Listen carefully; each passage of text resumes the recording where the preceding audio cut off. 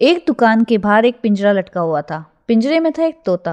बेशक इस तोते का मालिक तोते को चूरियां भी खिलाता था, मीठा भी खिलाता था, पर तोता पिंजरे में बैठकर रोता रहता था कि मुझको परमात्मा ने पंख दिए हैं, अगर मैं आज पिंजरे से आज़ाद हो जाऊं तो मैं भी आकाश में घूमूं फिरूं। संतों का एक सेवक रोज नगर में महापुरुषों के लिए भीख मांगने आता था। एक दिन तोते ने देखा ये रोज नगर में कुछ मांगने आता है और कुछ साथ लेकर भी जाता है। पूछने लगा, तू कौन है और इस नगर में क्यों आता है?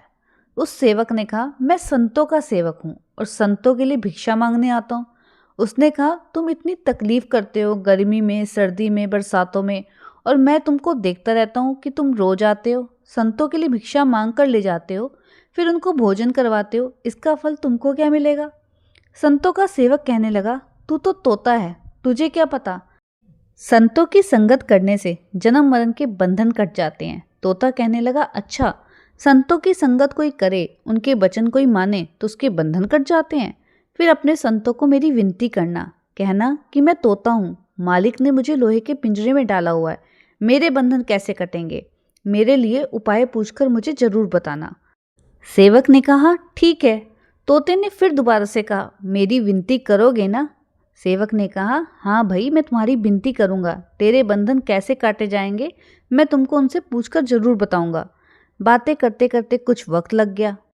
भिक्षा मांगकर जब सेवक संतों के पास पहुंचा, भोजन थाल में डालकर महापुरुषों के आगे रखा और कहा, भोग लगाओ महाराज जी, भोजन करो। संत कहने लगे, सेवक, आज आने में इतनी देर कैसे कर दी? सेवक कहने लगा, आप भोजन करो, मैं आपको सारी बात बताता हूँ। रास्ते में एक दुकान के बाहर पिंजरा, और पिंजरे में था तोता। तोते ने मुझसे पूछा कि तुम कौन हो? मैंने कहा, मैं संतों का सेवक हूँ। उसने कहा, तू संतों की संगत करता है, सेवा करता है, इसका फल तुझे क्या मिलेगा? मैंने उससे कहा कि मेरे गुरुजी जन्म मरण के बंधन काट देंगे।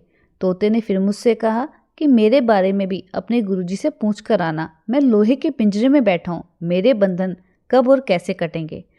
संतों ने जैसे ही पहला निवाला मुंह में डाला तो सेवक से पूछा, वो तोता क्या कहता था?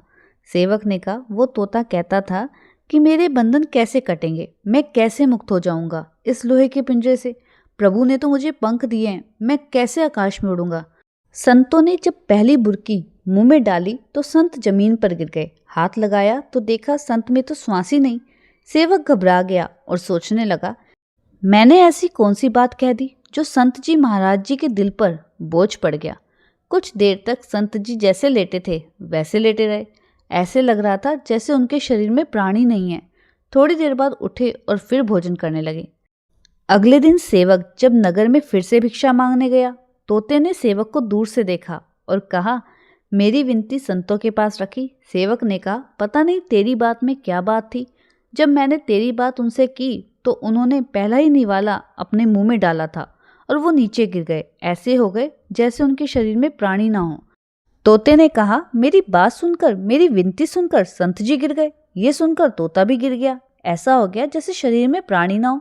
सेवक ने दुकानदार को कहा, देख भाई, तेरे तोते को क्या हो गया? उस दुकानदार ने जब तोते को देखा तो बोला, अभी तो ठीक ठाक था। उसने पिंजरे को हिलाया, तोता न हिलता था न जुलता था। अब मरे हुए को कौन अंदर रखे? उसने पिंजरे का दरवाजा खोला और देखा। कहा, लगता है तोता तो मर गया। उसने दुकान की छत पर जाकर जैसे ही तोते का पिंजरा रखा और पिंजरा खोलकर जैसे ही तोते को बाहर निकाला, तोता तुरंत उड़कर सामने पीपल के पेड़ पर जाकर बैठ गया। जाते जाते कह गया, अपने संतों का धन्यवाद करना भाई, जिनका वचन सुनकर आज मेरा उद्धार हो गया, मेरे बंधन कट गए। सेवक बड़ा हैरान, तोते की बात संतों को सुनाई तो वो गिर गए और संतों की बात तोते को सुनाई तो तोता गिर गया। मामला समझ नहीं आया। वापस लौटकर जब भिक्षा लेकर आया, भोजन का थाल संतों के आगे रखा और कहा, महाराज जी भोजन कर लो। संत कहने लगे, क्यों भाई, तोता छूटा कि नहीं? सेवक कहने लगा, वो तो छूट गया, पर मुझे ये समझ नहीं आया कि तोते की बात जब मैंने आपको बताई तो आप गिर गए। ऐसे लगने लगा जैसे आपके शरीर में प्राणी ना हो। संत जी महाराज हंस के कहने लगे, मैंने तो तोते को एक युक्ति बताई थी, तरीका बताया था कि तोते, अगर पिंजरे से छूटना है तो ऐसे मर जा। तोता समझ गया। इसी तरह जो संसार में आकर महापुरुषों के वचनों को सुनकर अपनी इच्छाओं को मार देता है, वो जीवन से मुक्त हो जाता है। वाहिगुरु जी का खालसा, वाहिगुरु जी की फतेह।